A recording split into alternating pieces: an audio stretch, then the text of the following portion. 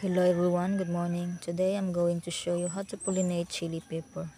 Ang chili peppers nabilong siya sa Solanaceous family, which is ang ihang flower is nanadiri ang male and female reproductive organ. So ang male reproductive organ is mo nisang kaning nasa kilid, which is gitawag siya stamen, ug naadiri ang mga pollen.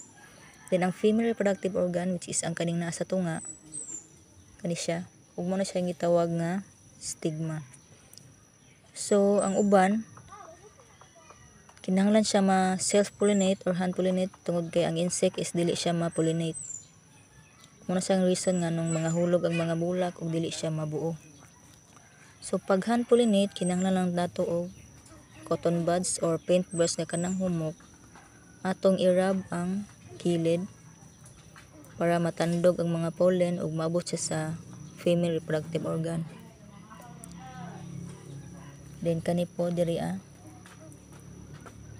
atong tandugon ang mga pollen para maabot siya sa female reproductive organ na. Then after ani mga pila ka days atong tanawon og nabuo ba ang iyahang bulak.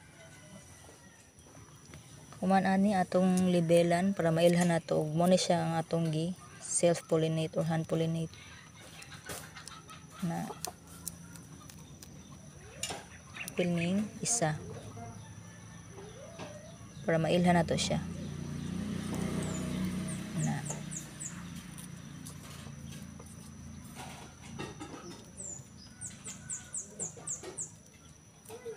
na.